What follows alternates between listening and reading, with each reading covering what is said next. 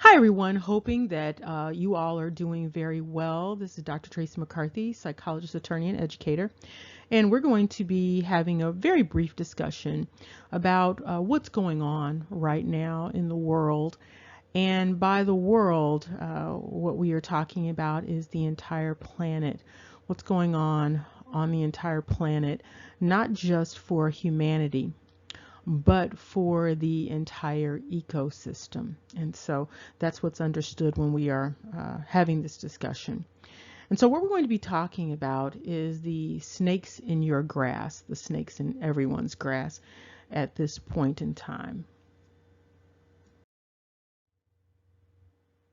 And so if you're not familiar with the idiom snakes in the grass, it's basically the idea of an underhanded, stealthily treacherous, beguiling individual or entity, and hiding in the grass so that you don't necessarily see them, but they are behaving badly while they are hiding out in the grass, hoping to be unnoticed. And so that's what we are dealing with here on the earth. We are dealing with a large number of snakes in the grass. And for many of you, it's quite clear that we are living in a cesspool of deception at this point. And really in a serpent-like way, we are dealing with a lot of deception. And it brings us to this idea of Hitler when he said, if you tell a lie big enough and you keep repeating it, people will eventually come to believe it. And so if the lie is really, really big, people are more prone to believe an enormous lie than they are to believe a small lie if you tell it enough. And so that's what's going on right now. We keep hearing these lies over and over and over again. And the lies are coming from many different directions, and very much like a person who is operating in under like a psychopathic paradigm. There is joy that is being gained from the lie, from the duping delight, the gaslighting that is going on.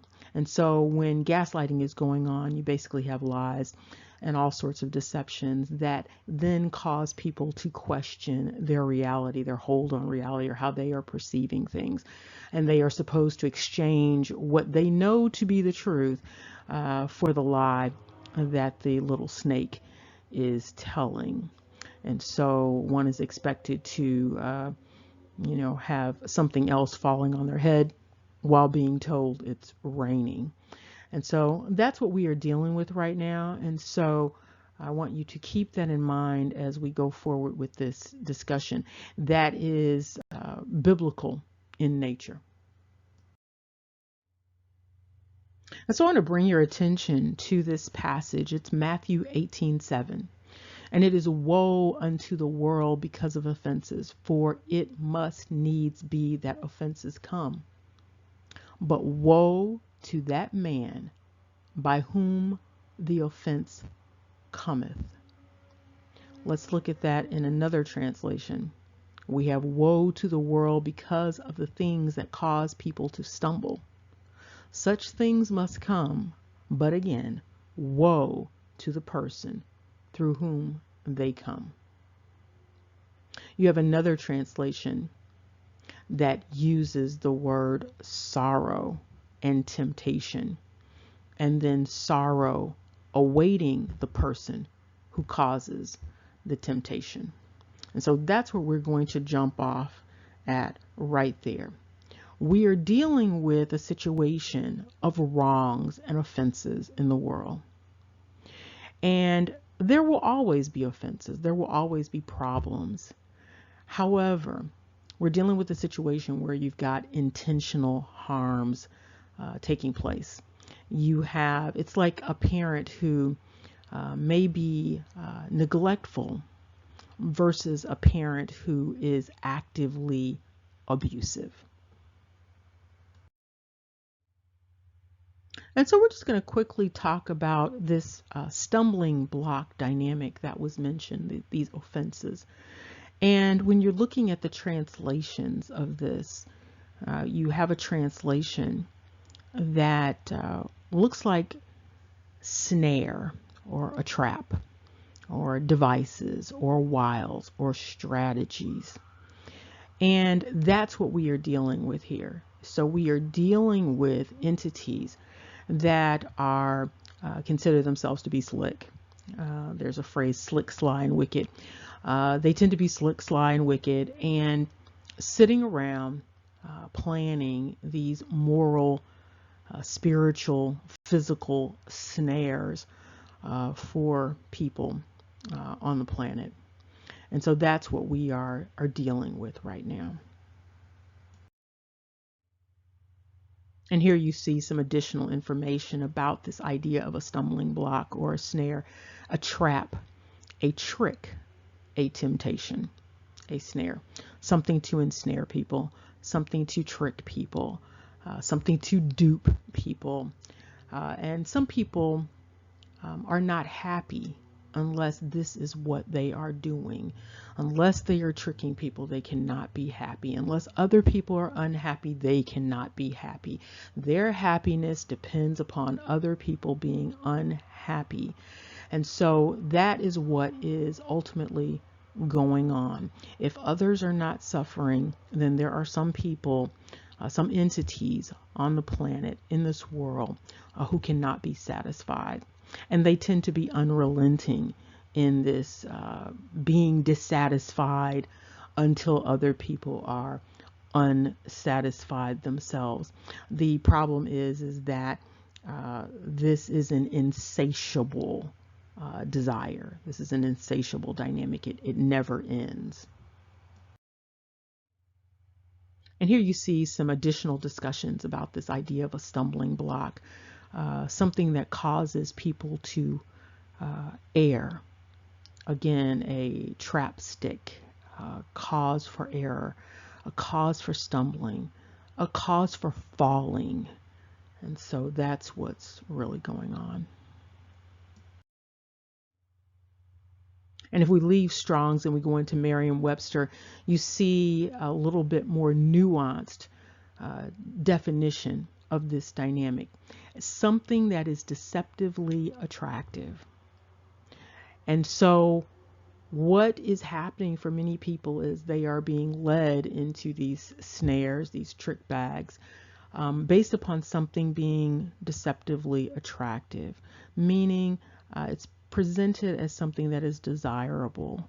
People are being led to believe that there is something that's so great and it's so wonderful and so beautiful. It's packaged in a really pretty package with a big bow on it, and it is deceptively attractive. And that is the way snakes in the grass actually work. That's the way psychopaths work. They present something that is deceptively attractive. People fall for it. They open the package, and what's in the package is a booby prize. What's in the package is a snake. And what happens with this is, you know it's a snake. You open the package, you know it was a snake in it, and lo and behold, there's a snake. But again, it's wrapped up in this really pretty package. And that's what people are dealing with. People are looking on the surface, and they see surface messages, surface images, and that is what is pulling them in. It's like when people are deceived about skin color, and people really get into believing they can trust people or distrust people based upon the way they look on the surface. That surface level, superficial cognitive processing is what is causing people or supporting the stumbling of people. People seeing things on a superficial level. People embracing very superficial, ego-fulfilling messages. That is what is keeping people trapped And that is what is making people open these packages thinking that they are getting these wonderful gifts that really, again, are sort of gag gifts. And we're going to continue on looking at these definitions because I want to make sure that you understand. And so we're going to look at it from a variety of angles so that when we are finished, you will have a sense of what a snare is, what a stumbling block is, what a trick bag is. And so another way of understanding snare, what's going on, is to win something or attain something by artful or skillful manipulation. And so people are being artfully and skillfully manipulated. And again, this is a psychopathic dynamic. The average human being doesn't really have time to sit around thinking about how to artfully or skillfully win or attain things by all of this manipulation and deceiving, and that being sort of a pattern or practice in life. These are just certain individuals that experience life through this lens and live out life in this way. And so when you are involved in situations with individuals who experience the world this way and operate in the world this way, then this is what you get.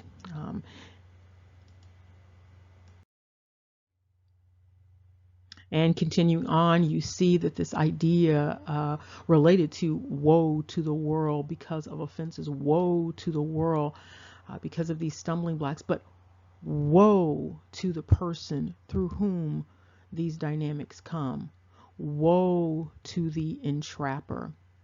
Woe to the person who sets the snare.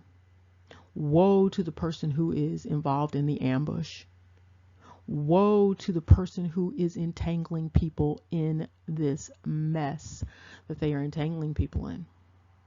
Woe to those who ensnarl people, who enmesh people, who entrap people. You think about entrapment, you think about criminal justice. So this is entangling people, tricking people, deceiving people, manipulating people into believing something that is not real. Another way of looking at this dynamic of snare that the Bible is talking about is something that traps or deceives. And so that's the crux of it, is something, someone who is trapping and deceiving, tricking. If you remember when the people were deported out of Spain and Portugal, one of the things that the people who were deporting, they were doing was deceiving. They were tricking themselves. They were going around the world tricking. And so we're talking about that same kind of dynamic, putting on that hood and pretending to be something that someone is not, putting on that mask to pretend that someone is something that they are not. And let's just talk a little quickly here about how people are getting caught up in doing this, being deceptive, being tricky, being slick. Some of it is rooted in, you may have heard the 7 deadly sins or the 7 cardinal sins, capital sins before. And some of the dynamics that are going on related to those 7 sins or vices, you have people operating and engaging in this setting of snares and stumbling blocks based upon their own vanity. They're very prideful, want to pat themselves on the back, want to be patted on the back, want to feel really good, want to be puffed up. They are puffed up. And so that's part of the foundation of what is going on, is some ego mess. And then ultimately the big thing, you have these other things like envy. Envy is definitely going on. So a lot of this deception and trick bag stuff is related to envy. And envy is like jealousy, but it's jealousy with a little bit more. Envy is jealousy coupled with the desire to destroy. And so it's wanting something or wanting to be something, but When the person can't have that or be that, then instead they have the desire to destroy that which they are not, that which they don't believe they can be. You also have a dynamic of gluttony going on, which ties into greed. And you have sloth or laziness. When you think about slavery, we've talked about slavery before, that is born out of a spirit of laziness. Someone who does not want to do their own work. They want someone else to do their work, and they want to benefit from it. And so that is also what is going on. You have that spirit of laziness going on. Ultimately, you have a spirit of greed going on. You have individuals who are deceptive. Ultimately, it's growing out of greed. They have an insatiable hunger, never satisfied, never happy enough. You can never give them enough. You can never placate them enough. You can never pat them on the back enough. You can never clap loud enough for them. You can never give, think, thank. You can never do enough for these individuals. You can never pay them enough. It's never enough. And so this cycle continues with this greed and deception. Greed and deception. And when you're talking about the 7 deadly sins, one of the things that you need to remember that's important about them is that they tend to lead to even further reprobate behavior, even further pathology, even more spiritual deprivation. And we're going to just quickly look at this construct of greed so that you can see where this is coming from. Now, some people, of course, may say that these are dynamics that grow from not having enough when one might have been younger, but that is not necessarily the case. There are lots of people who did not have their needs met when they were younger, and they did not grow up to do these sorts of things. They did not grow up to try to pull the wool over everyone's eyes. They did not grow up to engage in duping delight. This is not their pattern. And so we're talking about greed here, and it's that excessive or eager desire to possess. Voracious appetite, always hungry, coveting things, always wanting something that does not belong to them. And when they cannot have it, seeking to destroy that which they cannot have. And so you see a lot of that going on with the earth and everything that is on the earth.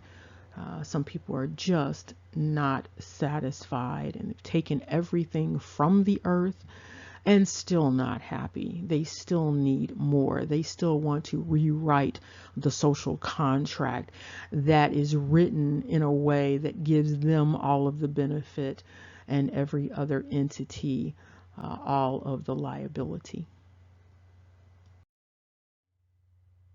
And some people might be looking at this from that biblical umbrella and understanding all of these dynamics to be tied to Satan or Satan, who is understood biblically as an opponent. And so, again, if someone is seeking to deceive you constantly, seeking to take that which is yours and it does not belong to them, then they would be considered an adversary. And so, therefore, this definition of that entity or that dynamic definitely fits. And you can see here that this theme continues on when you look at this idea of diabolos, a slanderer, accusing falsely. A slanderer, basically someone who lies. You've got defaming, accusing, goes along with the word devil. Also trying to hurt through this slanderous behavior. And you've noticed, if you've looked around, you've noticed that a number of people have been slandered. So you see people being torn down. If they say something, they speak out about something, now they are being slandered. And so if you see slandering going on in this way, and slandering, it's a lie. It's an accusation, but it's a lie. And it's a lie that's intended to hurt and to destroy. And so when you see that, then if you're looking at this from a spiritual perspective, this is the spirit behind that lying, which is also creating that trick bag, that stumbling block. So this isn't just lying to be lying. This is lying with the intent on hurting, with the intent on, from what is gathered, with the intent of further deceiving. And so you might be hearing something from one entity, and in order to keep you from understanding something in a particular way, the person is discredited so that you don't listen to them, and they are presented as the liar. That's something that psychopaths are really, really good at. You know when you're dealing with some psychopath stuff, because psychopaths tend to label people according to whatever it is they are doing. It's also known psychologically as projecting. And so there's a lot of projection. And so if a psychopath is lying, they will say that the other person is lying. If the psychopath is tricking and trapping, they'll say the other person is tricking and trapping. And so that's a lot of what is actually going on right now. So when you see all of these people being slandered, and you are only presented with one way of looking at things, this is technically what would be considered the spirit behind all of that. One of the things about being deceived, it goes back to a readiness for being deceived. Sometimes the deception is not that deep. Sometimes people are primed for being deceived. And believe it or not, sometimes people prefer the lie. They prefer that big lie over that little truth. And so for some, however, they are struggling to come to their senses so that they can escape these snares that are going on. And so there are significant snares going on, and people would do well to think about the extent to which they are playing into the snares, the extent to which they are amenable to the deception, the extent to which they may be deceiving of other people in their own lives. You know, do they defame people in order to hurt people? Do they embrace any of the things that involve ambushing other people, ensnaring other people, hurting other people? Because sometimes what happens is psychopaths target people, but sometimes they target people that are very much like them. And so they get great delight out of outsmarting those who are like them, maybe not as skillful as them, but that are like them. They have some similarity. And so that's another thing that people need to be thinking about. How does one escape these snares? And one of the ways that one escapes the snares is to envy not the oppressor and desire none of the ways of the oppressor. Remember, knowledge is power. Take care and see you soon.